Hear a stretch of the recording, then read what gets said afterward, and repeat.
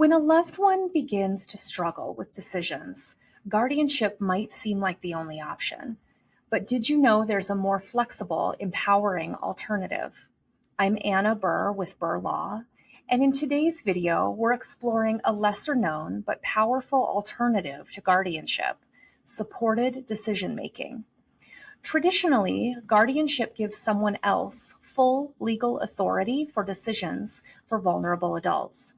It's often necessary in extreme cases, but also takes away that person's independence. Supported decision-making takes a different approach. Instead of removing legal rights, it focuses on preserving autonomy while giving the person help where they need it most. Here's how it works.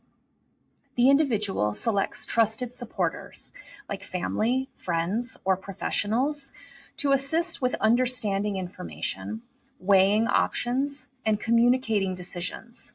But the individual remains in control and makes the final call.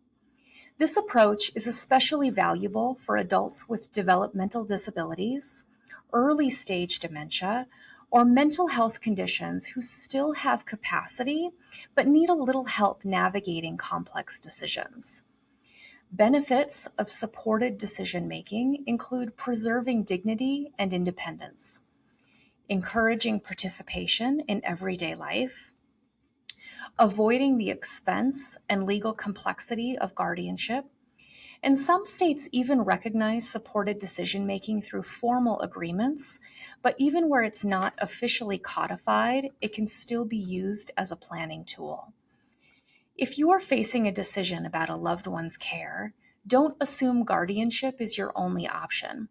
Supported decision-making might offer the balance you're looking for, respecting both their needs and their rights. We can help you explore the best legal tools for your situation and guide your family every step of the way. Thank you for watching.